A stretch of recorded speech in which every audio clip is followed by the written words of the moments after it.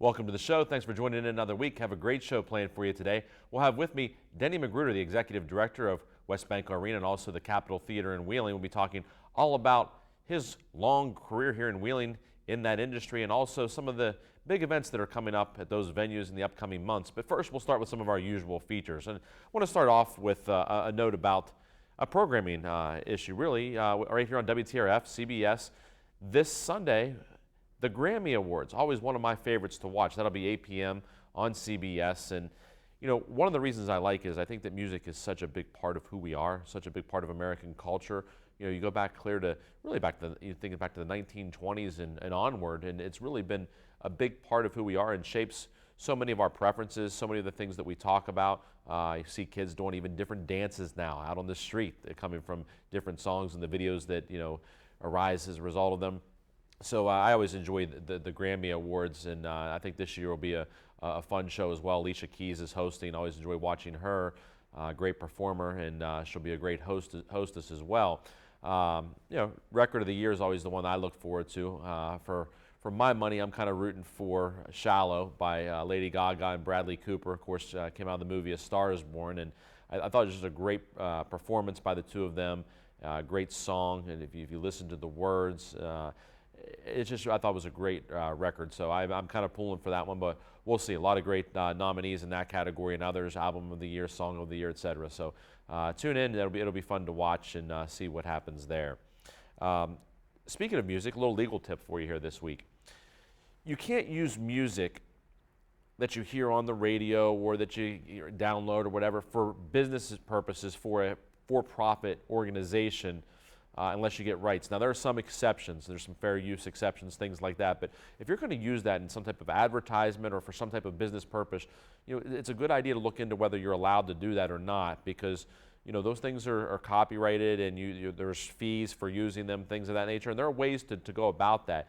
But just be real careful, because you don't want to find yourself on the wrong side of a lawsuit because you used a song or an album or a track or whatever it may be for business purposes that you really didn't have the rights to use. So be real careful about that, and you know, talk to a lawyer or look into it if you're thinking about using a well-known song or even maybe a less well-known song, something that's not yours, basically, that you didn't create.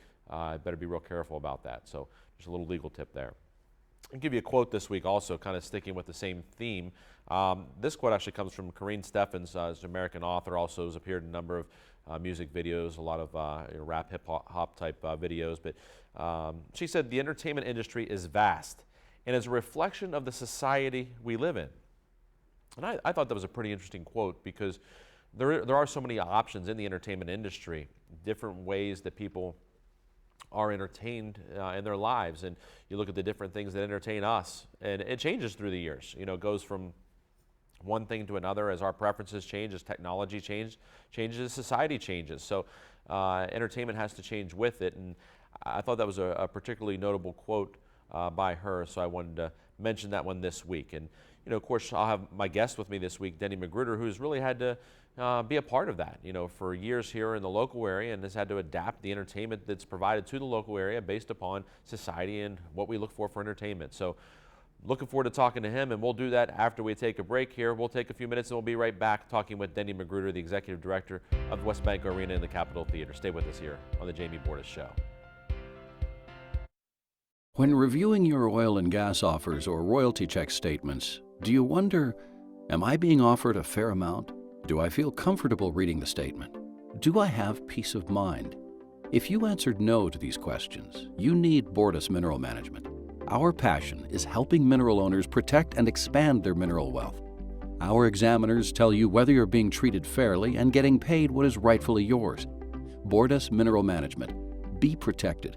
Have peace of mind.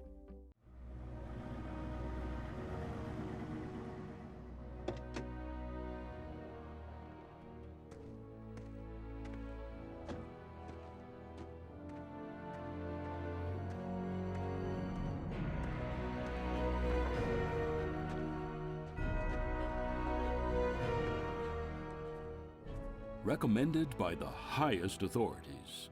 Danoon Lumber. It's like a bad one's coming. Yeah, right?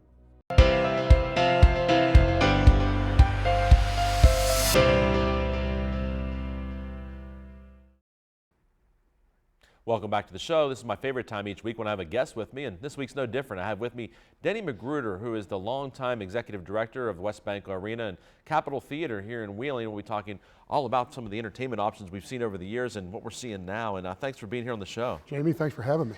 You know, we were just talking before we went on the air here, 33 years coming up here doing this job. 33 years April 1st. Hard to believe. Yeah, long time. And, I'm going to be 44 next month, so that takes me back to when I was 11 years old, and I was just thinking, it seemed like you've been there forever as far as I was concerned. You kind of have been, but a lot of fun things through the years, and you've garnered a lot of awards and accolades as a result of bringing so much entertainment to the area through the years, being in the different halls of fame, like the Wheeling Hall of Fame, the OVAC Hall of Fame, etc. But it really has been a lot of entertainment that you've encountered over the years and brought here to the area. But Jamie, I've been lucky. I've been in the right place at the right time with all the right people. So the accolades are nice, but they're won by groups and not by me. Thank you.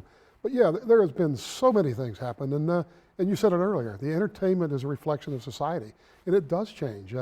We've seen when I first went to work there in 1986, we were doing 22 to 24 concerts a year. Now we're 1 or 2 at the arena. We're doing a lot more at the theater. But rock music, classic rock, was at the peak, and the acts were touring. They were out on 60, 80-day tours. Now they do 30-day tours, and they're truly an international business. They travel to Latin America, to Europe, to the East. I mean, so dates are a lot harder to come by. Financial dynamics have changed very greatly. So it's a different marketplace as well. Well, and one of the things that you see now, in addition to the tours becoming international, really, is you also see these much bigger venues. You see whether it be here regionally in terms of up at Burgettstown, the amphitheater there, or you see now acts, even a lot of them the big ones going to Heinz Field. You're talking about 65,000 seat stadiums where they're performing. You're absolutely right, and that's when we saw the shift. About 1992, somewhere around that time, 91, 92 is when the Burgettstown venue opened. Been many different names now. Great venue. But yes, the touring shifted. Touring also used to occur pretty much all year round, and now if you look at tour schedules, they're very heavy in the summer. It's a 100-day heavy tour season, usually Memorial Day to Labor Day. We don't see as many of those groups out in the winter, but it is a different dynamic, and we hate to have people think we're making excuses, but those types of shows are a little harder to come by. And financially, the guarantees are pretty heavy. It's just a different world. You're still keeping the arena, pretty daggone busy. You look this weekend, you got the Wheeling Chamber of Commerce Home and Gardens, a long-time event there at the arena. I mean, that's something that always drives a lot of people into there, and seeing the different vendors and things like that. And it does, and it's a great show, and it's a good opportunity for people to get out. While the contractors, most of them because of the weather, because of things like the rain and the snow that's out there now, they're not as busy as they will be in April, May, June. So it's a good time to visit. It is, and then right after that, another long-time event, at the end of February, not used to being at the end of February, but it will be this year. That's the Tough Man Contest. I think 39th year now.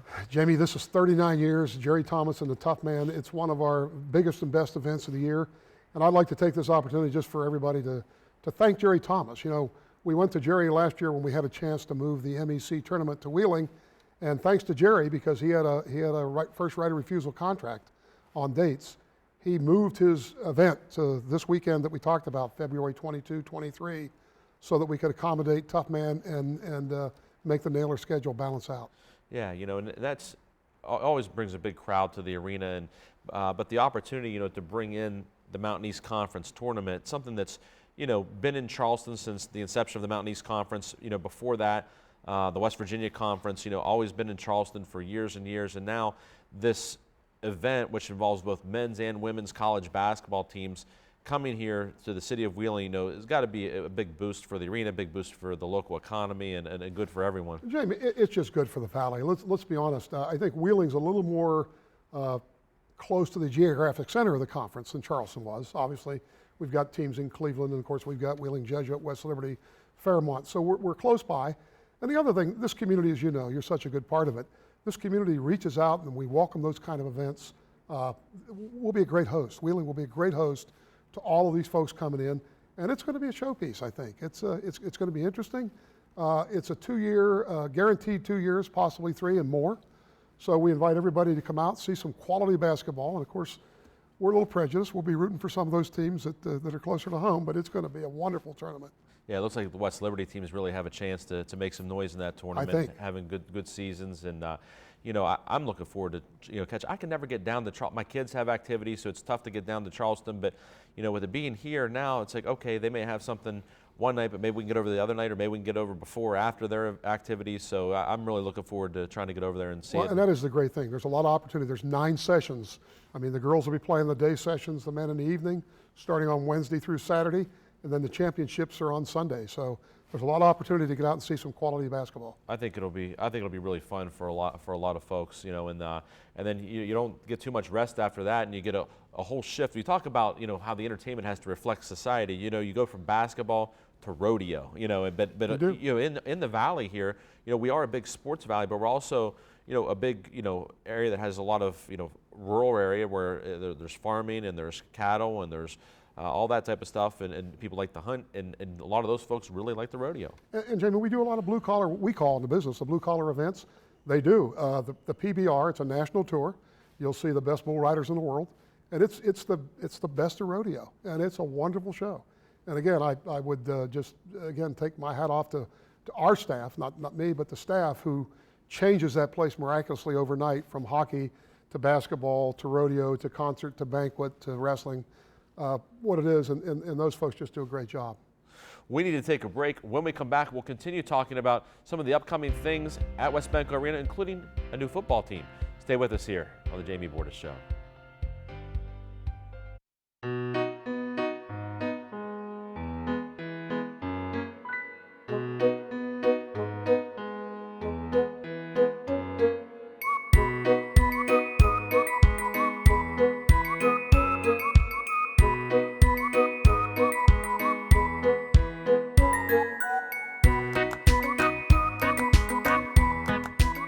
You earned it. Let us help you save it. Belmont Savings Bank. Focused on your future. So, how was your first day? Long. So, Josh asked me about you. Daddy's home. Go get him.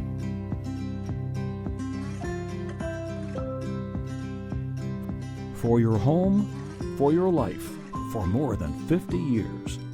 The Hardwood Specialists. Denny Lumber.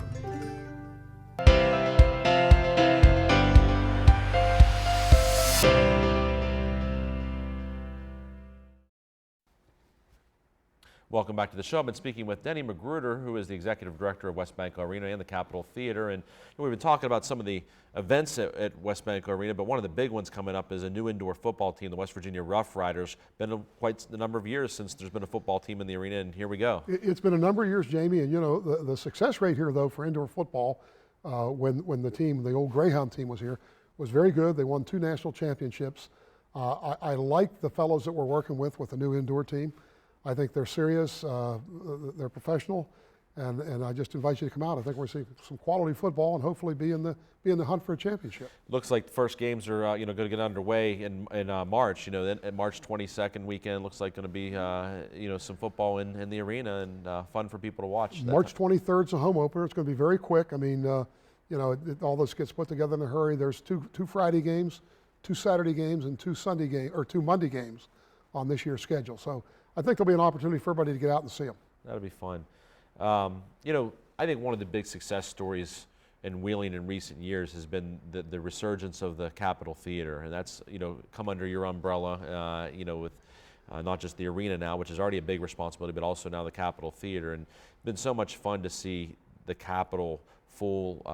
Just last week, Broadway at the Capitol, Chicago was there. I really enjoyed the show, but really more enjoyed looking and seeing how many people were there. Well, Jamie, I think the Capitol Theater is a testament to what happens when communities, all segments work together. The Capitol was closed and was falling into disrepair when a number of local groups came together very unselfishly and made this thing happen. So it's a testimony to what can happen when there is cooperation. But again, the community is responsible. I mean, we've had great turnouts. They've supported the events very well. A personal thanks to your firm for supporting the Broadway series. Sponsors are important, and we've got a great Broadway promoter. He's put some quality shows in, You know, the Symphony has a number of gigs there. Recently, Jerry Seinfeld sold out for the 4th time since the theater reopened a couple of weeks ago. So it's been a success story, but again, it's a tribute to the community itself.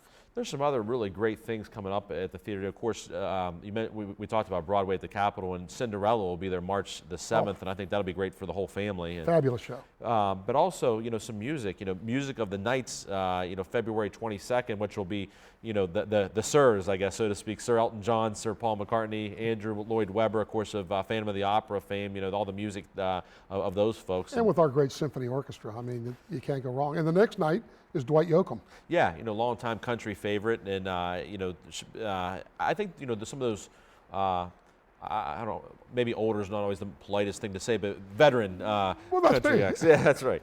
You're a veteran guy too, but you know, really people enjoy that because, you know, maybe an artist they haven't heard for a while or seen, had a chance to see, and now here they are in Wheeling and a chance to get out and watch them, Well, yeah, listen to them. and we've got an act like the Oak Ridge Boys coming and some other shows. But one of the things that have been very successful, Jamie, we do twice a year. We have a local promoter that does doo-wop shows, the oldie shows that the older generation likes. And typically those shows are always close to sellout. April 27th will be our 17th one. Wow. Featuring Jay and the Americans and 4 other acts. So they've been very popular. There's just a number of things. The comedians, just a number of great things at the Capitol. You know, when you look at the Capitol Theater, you know, it was, as you mentioned, fallen in a state of disrepair. Now a lot of improvements made to it, and you know, very, very modern, but still has that historic feel to it, and all of that character of the building.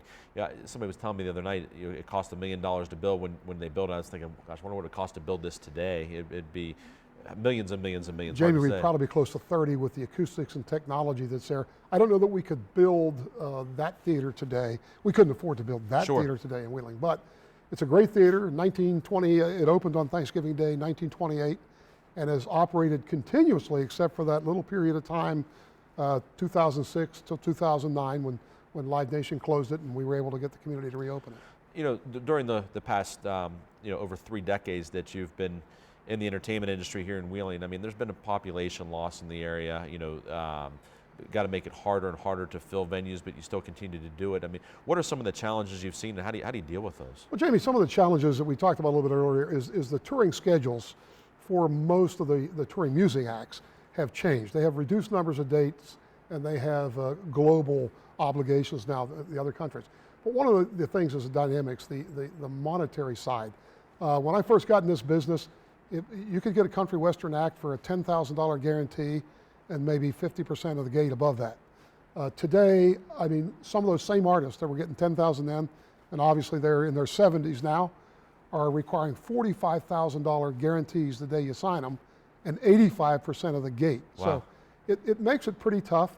You know, we like to apologize for ticket prices. Ticket prices seem to be relatively high, and they are because that's what drives the show. Without that ticket price, you know, Jerry Seinfeld, the average ticket price was upwards of $100, the average. They had $140 tickets down to $68 tickets, and they sold out in Wheeling, West Virginia. So you just have to pick and choose, and we hope, and again, very grateful to the community for the great support, sponsors, ticket buyers, just patrons who come and enjoy the theater. And it is a difficult business, but it's like any other business. Law, you know, the retail sales, they've all changed over the years, and we just have to adapt and change with them. Next year, 2020, be your 5th different decade in this role. No plans to hang it up anytime soon, are there? Unless the board acts differently, I plan to be here in 2020. Good deal, good deal. Well, thanks for all you've done to bring entertainment to the local area over the years, and congratulations for doing it so well. Thank you, sir. Thanks for being here today. Really appreciate it. Thanks for having me. We need to take a break. When we come back, I'll be talking sports. Stay with us here on the Jamie Bordas Show.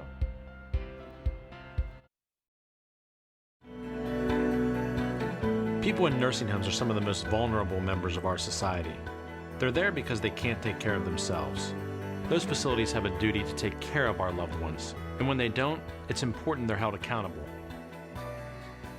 We've not only collected record results against negligent nursing homes, but more importantly, we've helped so many families get the answers and closure they so badly needed. Bordas and Bordas, fighting for justice. We're Panhandle Cleaning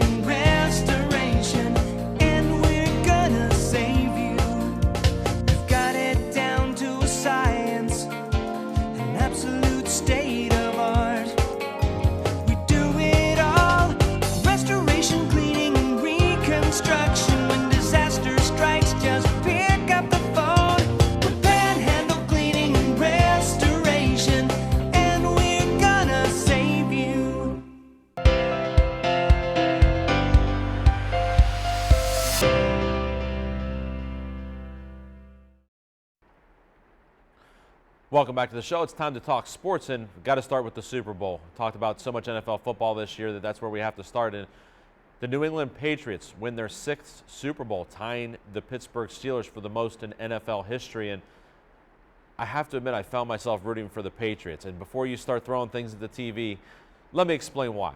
You know, when I was a student at Notre Dame, which is back in the 90s, you know, I found myself up at the University of Michigan for a Notre Dame-Michigan game. And Michigan had a quarterback by the name of Tom Brady, was playing that day.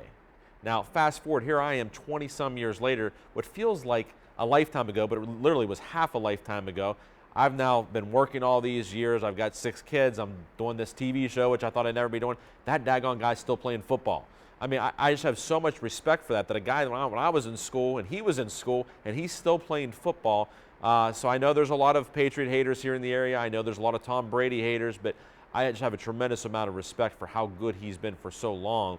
You know, he's won more Super Bowl rings than any other franchise has won besides the Pittsburgh Steelers. So, you know, when you could do it that well for that long, and he has no plans of quitting. I mean, he said he's going to play till the age of 45 is a goal that he set, and he intends to try to stick to it. And had a lot of fun at Disney World. Looks like he and Julian Edelman, and then at the parades and stuff this week. But, you know, the Super Bowl wasn't exactly what people were expecting. You know, low-scoring game. A lot of people thought, you know, these high-powered offenses of the Patriots and Rams, there's going to be fireworks, and a lot of people disappointed with the game itself. A 13-3 win by the Patriots, the lowest-scoring Super Bowl in history for combined points between two teams. The previous had been 21 points, so this one only 16. And, you know, for me, you know, I spent a number of years as a high school coach as a defensive coordinator, so I appreciate good defense. But I was a quarterback when I played, so I like the offense too. And I like to see a little more offense than what we saw there. But I did have a lot of, you know, respect and appreciated what I saw from the defenses. But, you know, Rams coach McVay said, you know, I got out-coached in this game. And I have to admit, I think he was right. You know, the different show between, you know, Bill Belichick's, you know, number of years and experience, his 9th Super Bowl. The Rams just didn't seem to be able to adjust. I would have liked to have seen them throw some quick passes early in the game, maybe even some screens, some stay passes, you know, out to the, you know, where the quarterback catches the ball and immediately throws it out to the wide receiver who's just standing there waiting to catch it, another wide receiver blocking for him, a lineman pulling, something like that, to really kind of get their offense going and get their receivers the ball out in space a little bit. But they just really didn't do that. And, you know, the Patriots were able to get into Jared Goff's face most of the night and cause problems for him. And I always say when you're rushing the quarterback, even when you don't get to him, you're going to have him thinking you might, and that throw's going to come out a little bit sooner, maybe a little bit off. And I think it really affected him. And I think it was just, as I said last week, you know, I predicted the experience level, the difference between having Belichick and Brady on this side, Goff, McVay on the other side would make a difference, and I think it did. So I appreciate that the game was close most of the game. That's what I want to see, is a close game. And it was. It could have gone either way until really the fourth quarter, and then the experience, I think, of Brady really took over. Gronk even found the ball a few times late in the game, really made a difference there. So another Super Bowl win for the Patriots, and it doesn't look like they're going away anytime soon. I mean, I think they're going to continue to be hanging around there, and that franchise is nothing short of a dynasty. Has been a very impressive one. I do want to mention the halftime show. You know, a lot of people weren't thrilled with the choice of Maroon 5 as the halftime show, and you know, the folks that went along with them, and you know, turns out I think maybe they were right. I appreciate Maroon 5's music. I think it's pretty decent. I like all different types, you know, all genres of music, but I just thought the show left something to be desired. And, you know, from not only the singing, but also from the performance aspect of it. You know, you watch the previous years of Justin Timberlake, Lady Gaga, those different shows. There was a ton of just performance aspect to it. And this just didn't have it, other than if you like, I guess, Adam Levine taking his shirt off. And it just wasn't for me. So I hope next year a little bit more thought goes into the halftime show. I really think they were trying to appeal to maybe the female audience by choosing Adam Levine and Maroon 5 for the halftime show, and thinking maybe we'll get more female viewers to stay tuned in. I don't know. I think they blew it on that one. And maybe next year come back with maybe a little bit more broader appeal musician, maybe even a traditional artist that's been around for a long time. So one, I think, guy that should be mentioned, though, is Tony Romo. You know, not a Cowboys fan, but had a Cowboy on last week, the show, of course, and C.J. Goodwin. But Tony Romo, a longtime quarterback for the Cowboys, now in the booth for CBS. This was his first Super Bowl, And I just think Tony Romo throughout this season just knocked it out of the park. I mean, he gives you the type of analysis that really so many announcers don't, even former players. When you hear guys like Phil Simms even do it that played quarterback at a very high level, they don't give you that in-depth analysis. And it just shows that not only did Tony Romo play the probably key position in the NFL, but played it at a high level, but also just his understanding of the mental part of the game and breaking down defenses and offenses and what they're likely to do next really gives people insight into the game that you don't normally get from the broadcast. And as somebody that really enjoys the game and as a former coach, I really appreciate that part of it. And so I think Tony Romo is going to be around in the booth for a long time if somebody doesn't grab him to try to be a coach. So kudos to him for what he's done. Antonio Brown in the news again. Speaking of NFL football, the Pittsburgh Steelers apparently involved in a domestic incident in January, and hard to say what's going to happen for the future of Antonio Brown in Pittsburgh. It doesn't look like it's real promising, but Antonio Brown looks like he might be gone. Le'Veon Bell almost certainly going to be gone. The Steelers are going to look a lot different. It used to be Ben, Bell, and Brown. Now it might just be Ben with some of the new guys, Juju and James Conner and others. And I always say in football, you have to be good, you have to be lucky a little bit, and you have to be healthy too. And the Steelers have had a kind of a bad run of both luck and health with some things, and some they brought on themselves. But of course, Ryan Shazier being injured, I have said on previous shows, has really hurt that team. But we'll see what happens. We'll continue to keep an eye on those things in the offseason. And speaking of football, college football, signing day was this week, and WVU's new coach Neil Brown made a really late push for Darnell Wright, the lineman out of Huntington High School, who's being recruited by teams like Tennessee, Alabama, et cetera, and had been real heavily recruited by the prior staff. They took the entire staff down to his high school to try to make a late push. Didn't get him. He ended up committing to Tennessee. But I like what I'm seeing from Neil Brown, and that he's going to go after West Virginia kids. If there's a highly rated, really high-performing West Virginia football player, this West Virginia staff's going to go after him and try to get him, and that's one of the things I think they really need to do. So was so happy to see that, and glad that he's going to be taking a look at the local kids because let's face it, it's fun to root for them when they're out there on the field for the Mountaineers. That's all the time we have this week. I appreciate you tuning in. We'll see you again next time on the Jamie Bordas Show.